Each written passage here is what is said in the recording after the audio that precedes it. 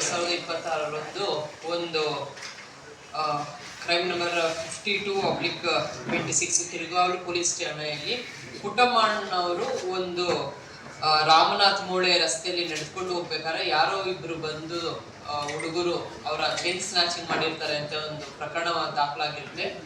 ಇದರ ಸಂಬಂಧವಾಗಿ ತನಿಖಾ ತಂಡವನ್ನು ರಚಿಸಿದ್ದು DSP ಯಶವಂತ್ ಮತ್ತು ಇನ್ಸ್ಪೆಕ್ಟರ್ ಹಲಗೂರು ಇನ್ಸ್ಪೆಕ್ಟರ್ ಶ್ರೀಧರ್ ಮತ್ತು ಕಿರ್ಗಾವಲು ಸಬ್ ಇನ್ಸ್ಪೆಕ್ಟರ್ ರವಿಕುಮಾರ್ ಮತ್ತು ಬೆಳಕವಾಡಿ ಸಬ್ ಇನ್ಸ್ಪೆಕ್ಟರ್ ಪ್ರಕಾಶ್ ಮತ್ತು ಪ್ರೊಬೇಷನರ್ PSI ಆದ ಸುನೀಲ್, ಸಿದ್ದಣ್ಣ, ಹರ್ಷ, ಜಯಂತ್, ಗೋಪಾಲು, ಶ್ರೀಧರ್ ಮತ್ತು ಸಿಬ್ಬಂದಿಗಳಾದ ರಿಯಾಜ್ ಪಾಷಾ, ಪ್ರಭುಸ್ವಾಮಿ, ಮಹೇಶ್, ರವಿಕಿರಣ್, ಲೋಕೇಶ್, ಸಿದ್ದರಾಜು, ಶಿವಕುಮಾರ್, ರಫೀಕ್, ನದಾಫ್, ಮಹೇಶ್, ಅಂಬರೀಶ್, ಶ್ರೀನಿವಾಸ್, ಮಧುಕಿರಣ್, ಧನಂಜಯ್ ರವರನ್ನು ಒಳಗೊಂಡಂತೆ ತನಿಖಾ ತಂಡವನ್ನು ರಚಿಸಲಾಗಿತ್ತು.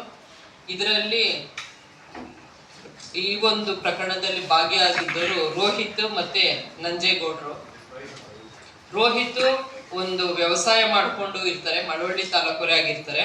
ಮತ್ತು ನಂಜೇಗೌಡರು ಬಾರ್ ಸಪ್ಲೈಯರ್ ಕೆಲಸ ಮಾಡಿಕೊಂಡು ತಳಕವಾಡಿಯಲ್ಲಿ ಕೆಲಸ ಮಾಡ್ಕೊಂಡಿರ್ತಾರೆ.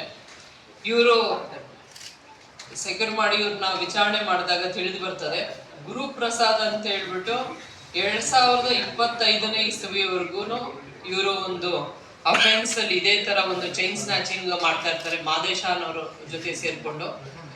ಇವ್ರದ್ದೇನಂದ್ರೆ ಗುರುಪ್ರಸಾದ್ ಅವರಿಗೆ ಮ್ಯಾರೇಜ್ ಆಗಿರುತ್ತೆ.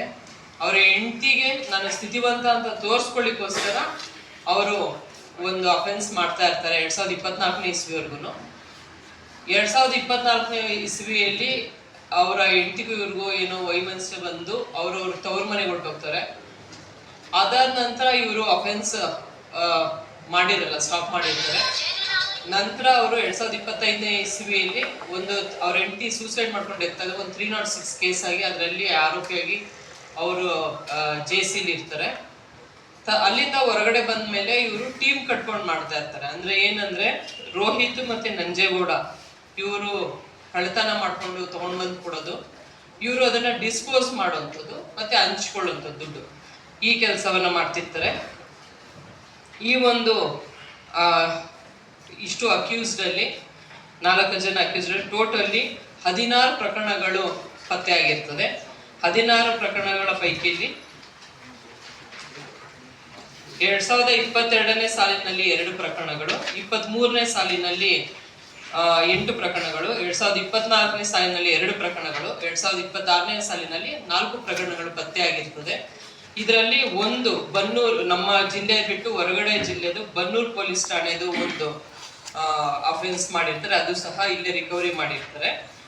ರೋಹಿತ್ ಮತ್ತೆ ನಂಜೇಗೌಡ ಅವರ ಪಾರ್ಟ್ನರ್ಶಿಪ್ ಅಲ್ಲಿ 4 ಕಡೆ ಚೈನ್ ಸ್ನ್ಯಾಚಿಂಗ್ ಮಾಡಿರ್ತಾರೆ. ಗುರುಪ್ರಸಾದ್ ಮತ್ತೆ ಮಾದೇಶ ಅವರು ಒಟ್ಟಿಗೆ 8 ಪ್ರಕರಣಗಳಲ್ಲಿ ಭಾಗಿಯಾಗಿರ್ತಾರೆ. ಗುರುಪ್ರಸಾದ್ ಮತ್ತೆ ರೋಹಿತ್ ಅವರು ಒಟ್ಟಿಗೆ 4 ಚೈನ್ ಸ್ನ್ಯಾಚಿಂಗ್ ಪ್ರಕರಣಗಳಲ್ಲಿ ಭಾಗಿಯಾಗಿರ್ತಾರೆ. ಮೇಡಮ್ 2022 ಪ್ರಕರಣ 23 ಪ್ರಕರಣ ಅವಾಗ ಜೈಲಿಗೆ ಹೋದಾಗ ಅದು ಗೊತ್ತಾಗಿರಲ್ವಾ ಮ್ಯಾಟ್ರು? ಇವರು ಜೈಲಿಗೆ ಹೋದಾಗ ಅವರು ಯಾವುದೇ ಕಳ್ಳತನ ಪ್ರಕರಣದಲ್ಲಿ ಹೋಗಿರಲ್ಲ. ಇದರಲ್ಲಿ 306 ಅಂದ್ರೆ ಅಬೇಟ್ಮೆಂಟ್ ಫಾರ್ ಸೂಸೈಡ್ ಆ ಒಂದು ಪ್ರಕರಣದಲ್ಲಿ ಹೋಗಿರ್ತಾರೆ. ಕಳ್ಳತನ ಪ್ರಕರಣಗಳಲ್ಲಿ ಇದೇ ಮೊದಲನೇ ಸತಿ ಸಿಕ್ಕಿರೋದು ಇವರು. ರಿಕವರಿ ಎಷ್ಟಾಗಿದೆ? ರಿಕವರಿ ಒಟ್ಟಾರೆಯಾಗಿ 475.5 ಗ್ರಾಮ್ ರಿಕವರಿ ಆಗಿರುತ್ತೆ ಚಿನ್ನ. ಇದು ಅಂದಾಜು ಮೌಲ್ಯ 70,37,000 ಅಂದಾಜು ಬೆಲೆ ಇರುತ್ತೆ. ಡಿಸ್ಪೋಸಲ್ ಇವ್ರಿಗೆ ಗುರುಪ್ರಸಾದ್ ಅವರಿಗೆ ಒಬ್ರು ಪರಿಚಯ ಇರ್ತದೆ, ಹೇಮಂತ್ ಅಂತ ಹೇಳ್ಬಿಟ್ಟು. ಅವರು ಕೋಶಮಟ್ಟಂ ಫೈನಾನ್ಸ್ ಮ್ಯಾನೇಜರ್ ಇರ್ತಾರೆ. ಅವ್ರಿಗೆ ಅವ್ರ ತಾಯಿದು, ಅವ್ರ ಚಿಕ್ಕಮ್ಮದು ಒಡವೆ ಆ ಥರ ಹೇಳಿ ಸುಳ್ಳು ಕತೆ ಹೇಳಿ ಅವ್ರಿಗೆ ಮಾರಾಟ ಮಾಡ್ತಾ ಇರ್ತಾರೆ. ಫಸ್ಟ್ ಪ್ಲೆಡ್ಜ್ ಮಾಡಿಸ್ತಾರೆ, ಮತ್ತೆ ಬಿಡಿಸ್ಕೊಳ್ದೆ ಅದನ್ನ ಮಾರಾಟ ಮಾಡುವಂಥದ್ದು ಪ್ರಾಕ್ಟೀಸ್ ಮಾಡಿರ್ತಾರೆ. ಇಲ್ಲಿ 4 ಕೇಂದ್ರದಲ್ಲಿ ಮೇಡಮ್ ಸೇಮ್ ವರ್ಷ ಇದೆ, 20-20 ವರ್ಷ. ಗುರುಪ್ರಸಾದ್ ಮಾತ್ರ 36 ವರ್ಷ. ಅಂದ್ರೆ ಅವನ ಟೀಮ್ ಲೀಡರ್ ಆಗಿದ್ದ. ಅವರ ಟೀಮ್ ಲೀಡರ್ ಗುರುಪ್ರಸಾದೇ ಟೀಮ್ ಲೀಡರ್ ಇರ್ತಾರೆ. ಫಸ್ಟ್ ಸ್ಟಾರ್ಟಿಂಗ್ ಅಲ್ಲಿ ಗುರುಪ್ರಸಾದ್ ಮಾಡ್ತಿರ್ತಾರೆ. 2024 ವರೆಗೂ ಗುರುಪ್ರಸಾದ್ ಮಾದೇಶ್ವರ್ ಜೊತೆಲಿ ಮತ್ತೆ ರೋಹಿತ್ ಜೊತೆಲಿ ಅವ್ರು ಮಾಡ್ತಾ ಇರ್ತಾರೆ. ಯಾವಾಗ ಅವ್ರದ್ದು ಫ್ಯಾಮಿಲಿ ಡಿಸ್ಪ್ಯೂಟ್ ಬರುತ್ತೆ ತದನಂತರ ಅವನ್ನ ಸ್ಟಾಪ್ ಮಾಡಿ ಬೇರೆಯವ್ರ ಕೈಲಿ ಮಾಡಿಸ್ತಾ ಇರ್ತಾನೆ. ಇವನೇ ಟೀಮ್ ಲೀಡರ್ ಗುರುಪ್ರಸಾದ್ ಅಂತ. ಅಂದ್ರೆ ಹೆಂಡತಿ ಮುಂದೆ ಶ್ರೀಮಂತ ಅಂತ ತೋರ್ಸ್ಕೊಳ್ಳೋಕೋಸ್ಕರ ಕಳ್ತನ ಮಾಡ್ತಿದ್ದ. ಹೌದು ಹೌದು ಹೌದು. ಹೆಂಡತಿ ಜೊತೆ ನಾನು ಸ್ಥಿತಿವಂತ ಅಂತ ತೋರಿಸ್ಕೊಳ್ಳಿಕ್ಕೋಸ್ಕರ ಕಳ್ತನ ಮಾಡ್ತಿದ್ದಾನೆ ಅಂತ ತಿಳಿದು ಬಂದಿದೆ. ಹೇಗ್ ಸಿಕ್ಬಿಡ್ತಾರೆ ಮೇಡಮ್?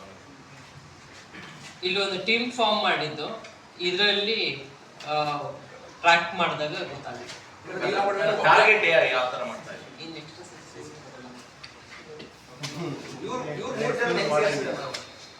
ಇವನು ಗುರುಪ್ರಸಾದ್ ಇದ್ದಾನಲ್ಲ, ಆ 3 ಜನನ ಅಪ್ರಾಪ್ತರಿರ್ತಾರೆ ಅಂತ ಅನ್ಸುತ್ತೆ 2 ವರ್ಷ ಹಿಂದೆ ಅವರು.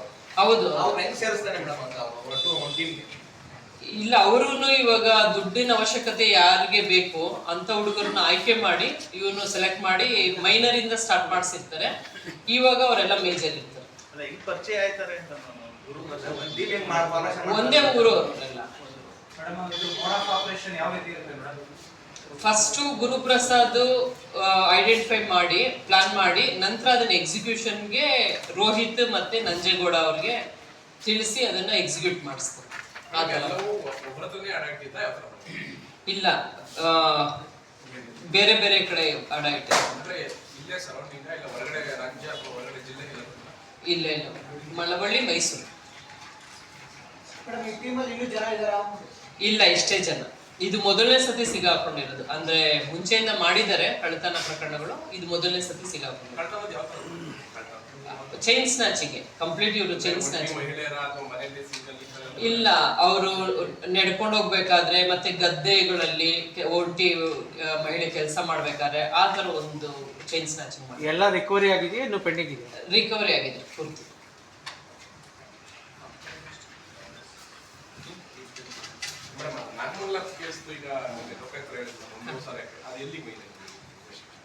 ಇನ್ವೆಸ್ಟಿಗೇಷನ್ ನಾವು ಅದು ಆಕ್ಚುಲಿ ಫಸ್ಟ್ ಅದು ತುಂಬಾ ದೊಡ್ಡ ಪ್ರಕರಣ. ಬೇರೆ ಹೈಯರ್ ಇದಕ್ಕೆ ಏನಾದರೂ ಟ್ರಾನ್ಸ್ಫರ್ ಮಾಡೋಣ ಅನ್ಕೊಂಡು, ತದನಂತರ ಅಡಿಷನಲ್ ಎಸ್ ಪಿ ತಿಮ್ಮಯ್ಯ ಅವ್ರಿಗೆ ಅದನ್ನ IO ಮಾಡಿ ಇದು ಮಾಡಿದ್ವಿ. ಅವ್ರು ತನಿಖೆ ನಡೆಸ್ತಾ ಇದ್ದಾರೆ. ಫಸ್ಟು 200 ಚಿಲ್ಲರೆ ಎಕರೆಯಷ್ಟು ಆಗಿದೆ ಅಂತ ಗೊತ್ತಾಗಿದೆ. ಈಗ 900 ಚಿಲ್ಲರೆ ಎಕರೆಯಷ್ಟು ಅವ್ಯವಹಾರ ಆಗಿದೆ ಅಂತ ಈವರೆಗೂ ತನಿಖೆಯಿಂದ ತಿಳಿದು ಬಂದಿದೆ. ಅದು ಹೆಂಗಂದ್ರೆ ಹಳೆ ರೆಕಾರ್ಡ್ಸ್ ಅಲ್ಲಿ ಈ ತಿದ್ದಿರೋಂಥದ್ದು ಆ ತರ ಕಂಡು ಬಂದಿದೆ. ಇನ್ನು ನಾವು ಅದನ್ನ ಲ್ಯಾಬ್ಗೆಲ್ಲ ಕಳ್ಸ್ಕೊಳ್ಬೇಕು, FSLಗೆಲ್ಲ. ಕಂಪ್ಲೀಟ್ ಈಗ ಬಿಗಿನಿಂಗ್ ಇದೆ ತನಿಖೆ. ಇನ್ನು ನಾವು FSLಗೆಲ್ಲ ಕಳ್ಸ್ಕೊಡ್ಬೇಕು. ಆ ಇಯರ್ ಅಲ್ಲಿ ಯಾರು ಕೆಲಸ ಮಾಡ್ತಿದ್ರು ಆ ತರ ತಗೊಳ್ಬೇಕು ತನಿಖೆ. ಎಷ್ಟು ವರ್ಷ ಯಾವ